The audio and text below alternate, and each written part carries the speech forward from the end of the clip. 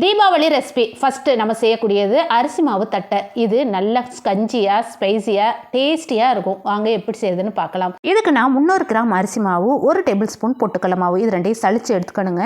அடுத்ததாக ஊற வச்ச கடலைப்பருப்பு 1 கையளவு சேர்த்துருக்கேன். அதுக்கப்புறம் எள்ளு, மிளகாயத்தூள், பெருங்காயத்தூள் இது எல்லாமே 1/2 ஸ்பூன் சேர்த்துக்கலாம். அப்புறம் 1/4 டீஸ்பூன் மஞ்சத்தூள், அதுக்கப்புறம் மிளகாயோட இதழ்கள் அதில் சேர்த்துட்டு குட்டியாக சாப் பண்ண கருவேப்பிலை, ஃப்ரெஷ்ஷான கருவேப்பிலை, தேவைக்கேற்ப உப்பு சேர்த்து கடைசியாக உருக்குன நெய் சேர்த்துட்டு நல்லா மிக்ஸ் பண்ணுங்க. நல்லா மிக்ஸ் பண்ணதுக்கப்புறம் இதில் ஹாட் வாட்டர், அதாவது கை சூடு பொறுக்கிற அளவுக்கு ஹாட் வாட்டராக இருக்கணும். இப்போ மாவில் கொஞ்சம் கொஞ்சமாக ஊற்றி மாவை இந்த மாதிரி பிசைஞ்சுக்கோங்க. அதாவது சப்பாத்தி மாவு அளவுக்கு பிசைஞ்சுக்கோங்க. தண்ணியாகவும் இருக்கக்கூடாது, கெட்டியாகவும் இருக்கக்கூடாது. இப்போ உருண்டை பிடிச்சி இந்த மாதிரி பட்டர் பேப்பரில் கொஞ்சமாக ஆயில் சேர்த்துட்டு இந்த மாதிரி உருட்டி நம்ம கையாலேயே இந்த மாதிரி தட்டி விட்டுக்கலாம். தட்டின தட்டை வந்து கனமாகவும் இருக்கக்கூடாது, லேசாகவும் இருக்கக்கூடாது, கரெக்டான அளவுக்கு இருக்கணும். இப்போ எல்லாத்தையுமே இந்த மாதிரி தேய்ச்சி வச்சுட்டு கடைசியாக போடுங்க. அப்போ தான் வந்து எண்ணெய் குடிக்காது. ஏன்னா அதெல்லாம் காஞ்சி போயிரும் பார்த்தீங்களா. எல்லாத்தையும் போட்டதுக்கப்புறம் தண்ணி எல்லாம் கொஞ்சம் கம்மியாயிடும். இப்போ எடுத்து போட்டோம்னா சூப்பராக வரும். அப்புறம் என்னங்க, தீபாவளிக்கு தட்டை ரெடி ஆயிடுச்சு.